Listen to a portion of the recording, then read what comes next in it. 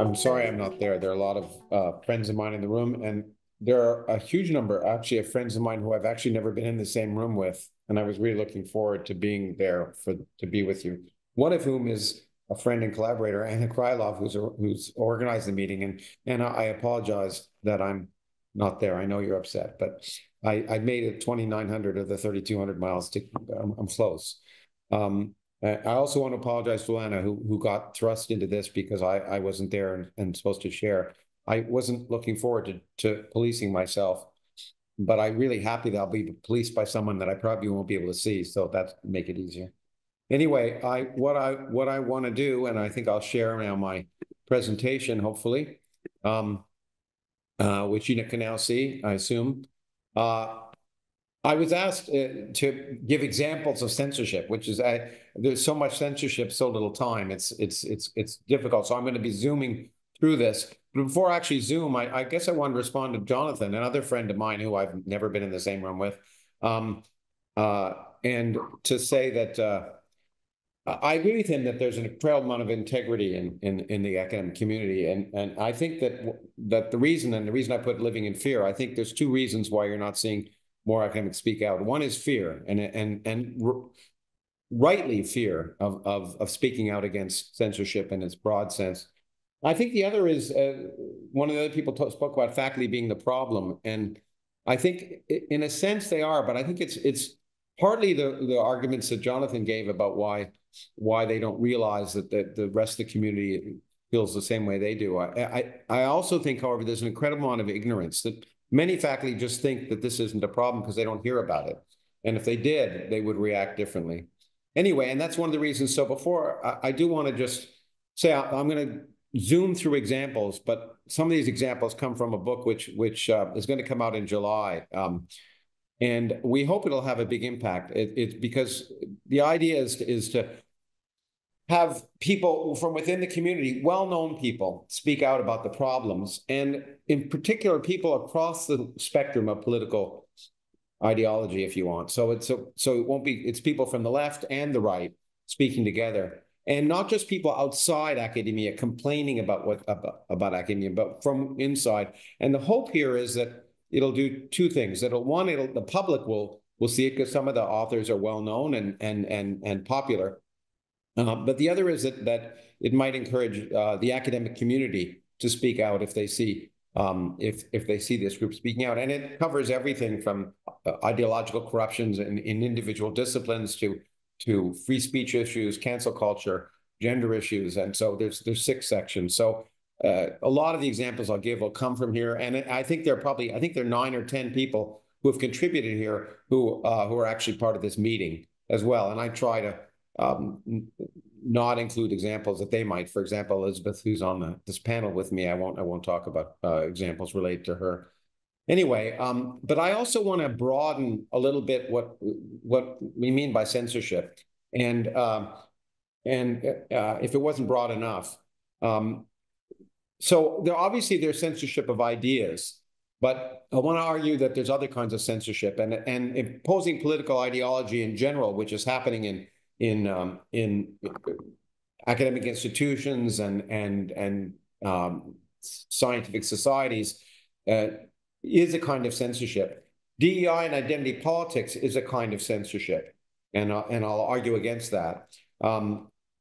It censors people, and I think censoring people is at least as significant as censoring ideas, because you censor their ideas, and there's a tremendous amount of censoring. We've heard a little bit about cancel culture censoring people, and I'll talk about that.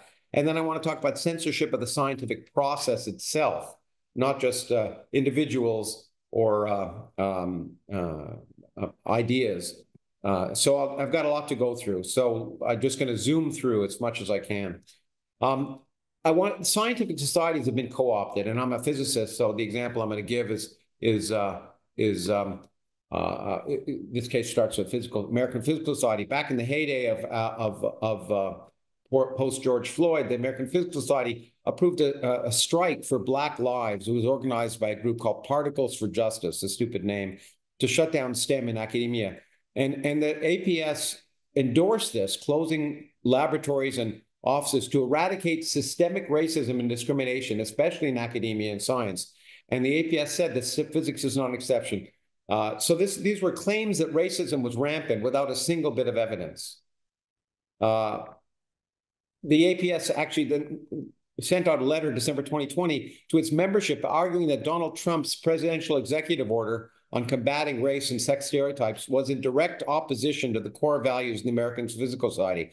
What was that executive order? That executive order quoted Martin Luther King saying people should not be judged by the color of their skin. It argued that materials from places like the Argonne National Laboratory that equate color blindness and meritocracy with actions of bias were inappropriate training materials for government-supported scientific institutions. And the APS claimed that these were in opposition to the core values of the American Physical Society, imposing this kind of woke, if you want to call it, political bias that is completely incorrect.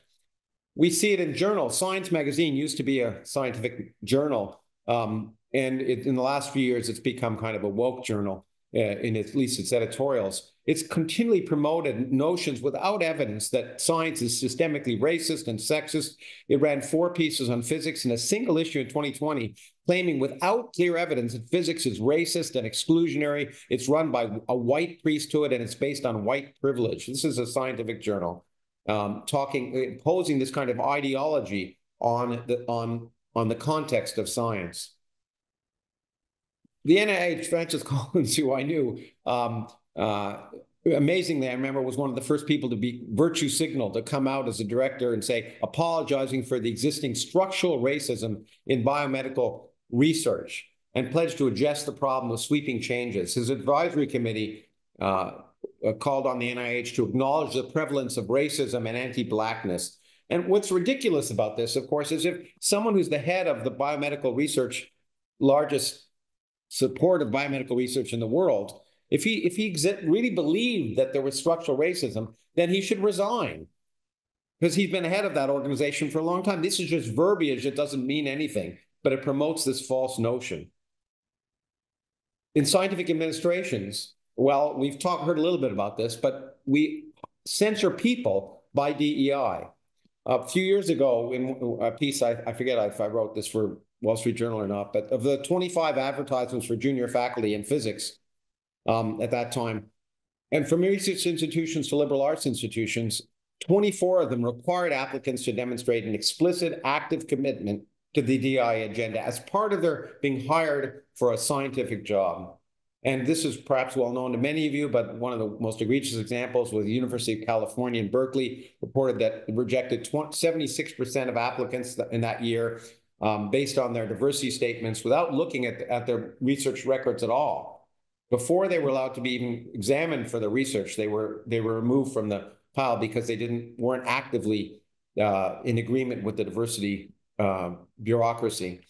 Jonathan Saylor is at the National Association of Scholars did a well-known study looking at DEI assessments from Ohio State under the Freedom of Information Act. Here are some examples.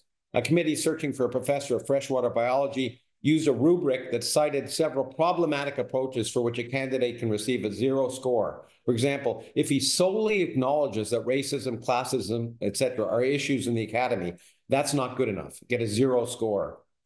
For research in astrophysics, the DEI statement was given equal weight to the research and teaching statements. That's the kind of incursion of ideology that's happening.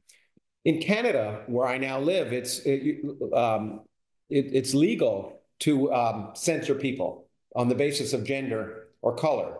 And so it's allowed, and now you can see it everywhere. Here, this was a chair in a Canada Research Council chair, which I'll talk about in a second. In climate change, and you can see this call is open only to qualified individuals who identify as women, transgender, non-binary, or two-spirit. Two-spirit supposedly being an indigenous characteristic, which is not indigenous at all, was invented by someone else, as Elizabeth may talk about. A chair in experimental physics.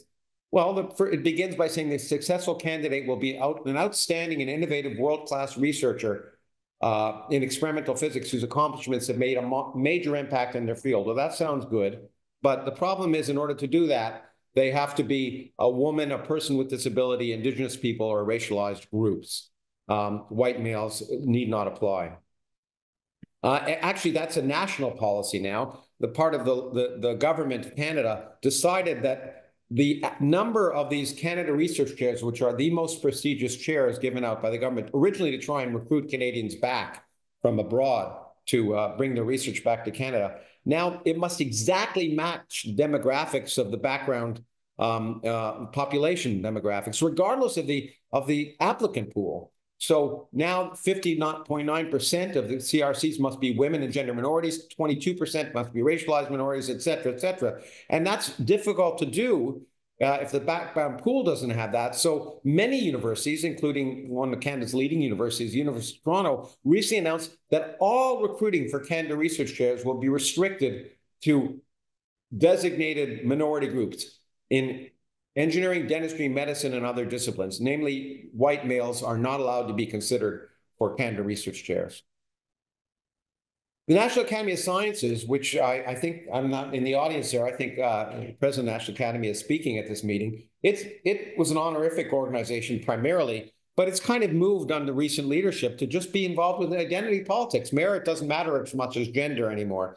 And in the last, in 2021, they were really happy about the fact that essentially 50% of the incoming class were women. Well, and there's a way to do that. And so instead of looking at merit, identity has been considered, and it makes a farce of the organization as far as I'm concerned.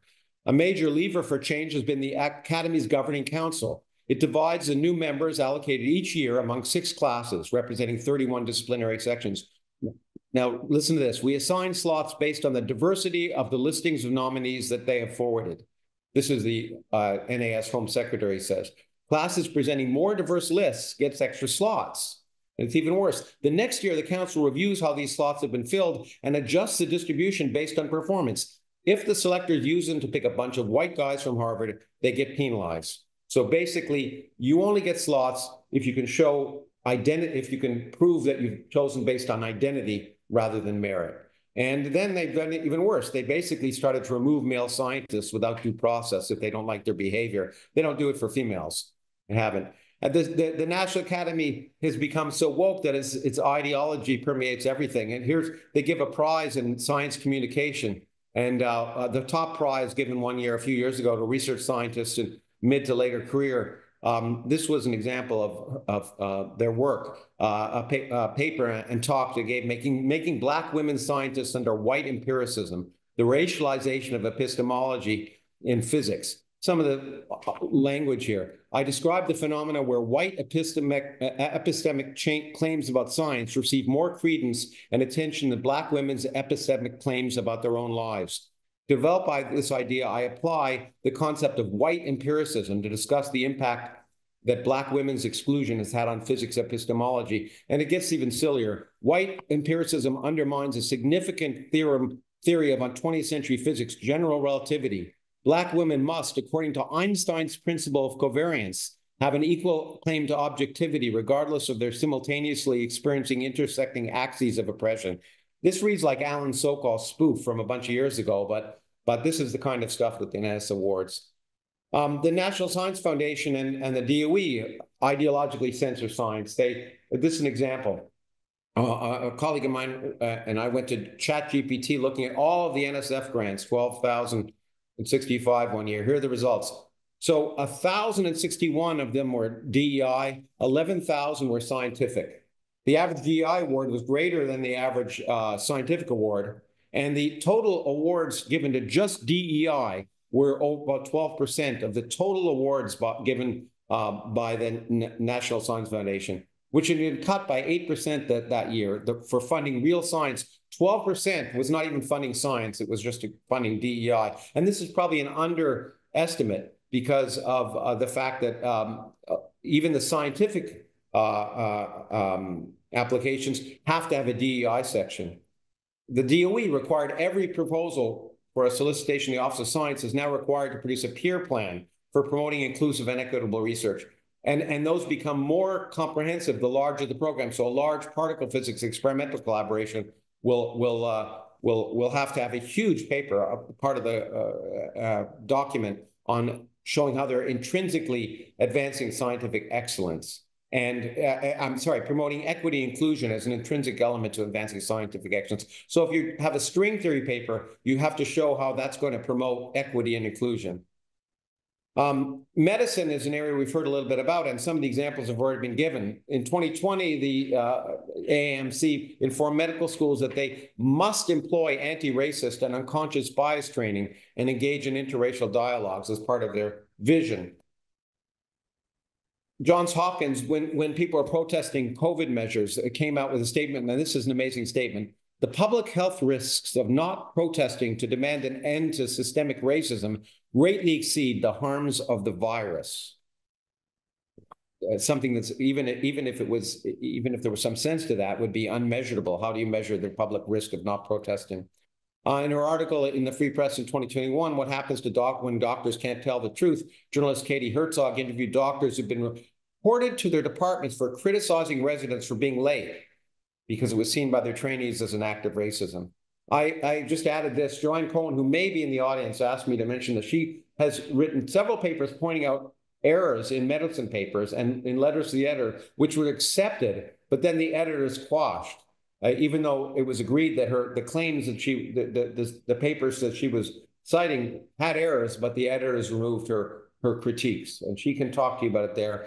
Sally Sattel, who's in the audience, I think, or will be, has put it best, I think. The best way to be an anti-racist doctor is to be a good doctor.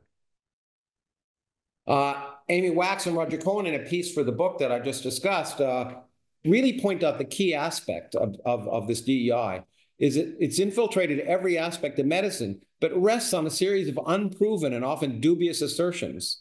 Everything that science should normally be based on, validation, replication, controlling variables and groups, critical analysis, etc., everything is conspicuously missing from the literature that's driving these changes. Claims are made without any basis and without any critiques and without any tests, and that's really the basis of science, and it's just become ideology. We're censoring out merit. In an article in the National Post, Bruce Party talked about how Canada's newest medical school, which opens next fall, will reserve 75% of its seats for Indigenous, Blacks, and other equity-deserving groups. To do that, they will lower the GPA standards to only 3.3 on a 4-point scale, as opposed to, say, the University of Toronto Medical School's average accepted GPA is 3.95. This is not physics where if you give someone a PhD, they don't do much, but these are doctors who can affect people's lives. Mark Perry, as many of you know, has done a lot of work, has shown that there's, again, a systemic censoring out of merit, that a Black student with below average scores was over 7 times as likely to gain admission as a white college senior with the same grades, and more than 9 times as likely to be admitted as a similar situated Asian senior. We're seeing science being censored. This is in Canada, again, the major organization that is responsible for medical education, and all you have to read is the part that's highlighted here. They've proposed a new model of medical education. It would seek to center values such as anti-oppression, anti-racism, and social justice rather than medical expertise. So that would be the most important characteristic of medical education. Medical expertise takes a second or third or fourth role, which is just tragic and terrifying. Cancel culture. I'll give a few examples. There have been tons that have been given, but I'll give a few that are different, 1 or 2 that have been mentioned. Steve Hsu is a physicist, but he's also the vice president for research at Michigan State. And around the same time as his strike for racism, people took advantage of the time to publicly go out and criticize Steve Hsu. His crimes included doing research on computational genomics to study how human genetics might be related to cognitive ability, which was used as genetics. But he was also accused of supporting psychology research at Michigan State on the statistics of police shootings that didn't clearly support claims of racial bias. This is what you heard of before that I think was attributed to Princeton, but really it's Michigan State. Within a week, the university president forced him to resign from his position.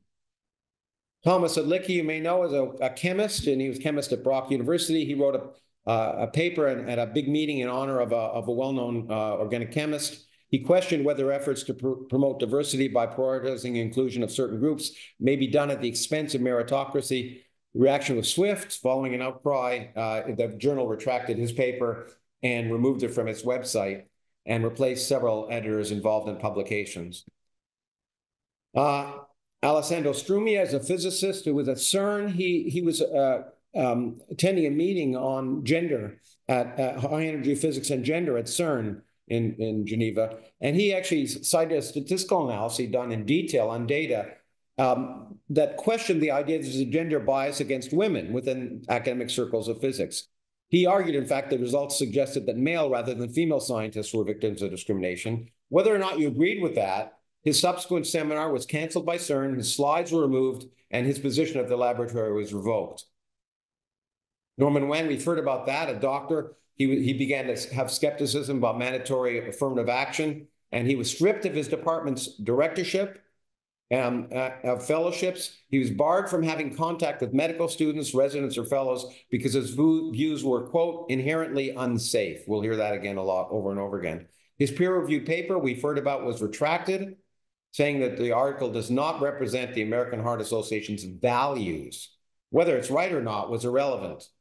A team writing in Health Fair's blog, this is in, they warned researchers who plan to publish on health disparities to never offer genetic interpretations of race because such suppositions are not grounded in science, which is a remarkable claim.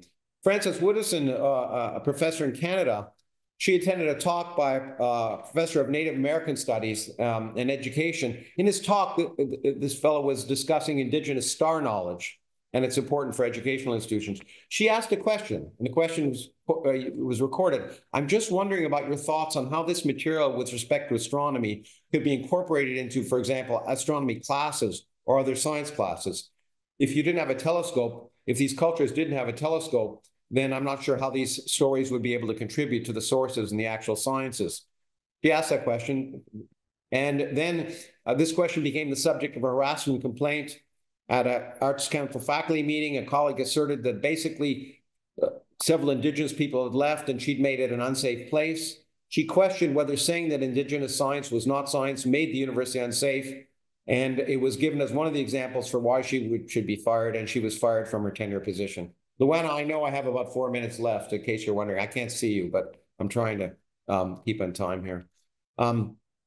Astrobiology, which is the most woke area of physics that I know of. This is a kind of amusing. At a large SETI meeting recently in Pennsylvania, it was decided to forbid using the word intelligence, as in the search for extraterrestrial intelligence or intelligent life, as intelligence as a white construct. Computer science, you've probably heard that there's now inclusive language, and Google has decided on inclusive language to scrub such awful terms as black box, dummy variable, smartphone, and in fact, the Association for Computing Machinery is engaged in extensive debates about whether the term quantum supremacy should be allowed, while in fact China is working to achieve it. Gender, prescribed words, well, Carol Hooven will probably talk. Jerry Coyne had recently prescribed a week or two ago. He wrote an article in response to a question about what is a woman. In Free Thought Now, it was removed from Freedom from Religion's website because it did not reflect their views. The Lancet instructed authors should use the term sex assigned at birth rather than biological sex. And in Australia, they basically globally have replaced, in all health contexts, they globally replaced the word woman with people, which gives you just ridiculous statements like 8 in 10 people under 40 will get pregnant within 1 year of trying to have regular sex without contraception. Self-censorship's happened. We just heard a lot about it. I could give a lot more, but I think this is the one that's interesting, is the one that was referred to, that the authors of the psychological study about police and racism retracted their paper, not because of flaws, but because of what they called a misuse of their article by journalists who argued that it countered the prevailing view the police forces are racist. If I'm a cosmologist, and if every paper that was misquoted by the press was retracted, there would be no cosmology papers left. The scientific enterprise, last thing, you've heard about, well, we'll talk about a variety of journals, but the Royal Society of Chemistry, and I learned this from Anna, has produced guidelines to their staff that saying that they shouldn't publish anything offensive. Offense is a subjective matter, and sensitivity to it spans a considerable range. However, we must bear in mind that it is the perception of the recipient that we should consider, regardless of the author's intention. and editors should consider whether any content might have the potential to cause offense. And here's the kind of content: any content that could reasonably offend someone on the basis of their age, gender, sex, race, sexual orientation, religious or political beliefs, marital or parental status, physical features, national origin, social status, or disability. Namely, anything you could say, anything you could possibly do that could offend anybody should be kept out. We've heard about nature behavior, and I think the persons involved going to be at this meeting. I saw the list, claiming, in my mind, the most ridiculous statement, which is that that some argue that we should evaluate research only on the basis of its scientific soundness and merit. I disagree. That the idea that research that's correct but may harm people should be held back is just embarrassing. Research that can harm people, if it can harm people, the way you take care of it is you address it. You don't hide it. And so that will happen. And the last thing is that scientific meetings are now being censored. Any real scientific conversation is now being censored because they're now being required by places like the DOE and other scientific funding agencies to have, quote unquote, codes of conduct. We don't have codes of conduct. We go in the bank or buy a used car, but now we have to be told to be adults. And for example, the American Physical Society just produced this document that you have to have a code of conduct that will not allow any kind of disruptive or harassing behavior, which includes inappropriate or intimidating behavior and language, unwelcome jokes or comments, unwanted touching, offensive images, photography, or stalking. And basically, that stops you from having any effective scientific communication, whatever. How do you know if a joke is welcome or unwelcome? What if you have an image, a violent image, because it's part of your talk? Is that going to be offensive? What if you criticize someone for being wrong? Are you bullying? And the worst part about this, of course, of all these things, it's based on anonymous reporting. So when you go to such a meeting and you say something, someone can anonymously point out that you're being harassing. And that means that I know many people, and I just did a call for this, who just won't go to meetings anymore because of their concerns. So to end, I want to go to an example I learned from Anna. Return to the good old days when Anton von Leeuwenhoek's pioneering development of microscopy led him to discover spermatozoa in semen. He was concerned that communicating his new results might cause offense to the Royal Society. At the time, however, the lordship of the Royal Society wasn't concerned about causing offense and published his paper. I wish we'd be able to go back to the good old days of 1710. Okay, that's it.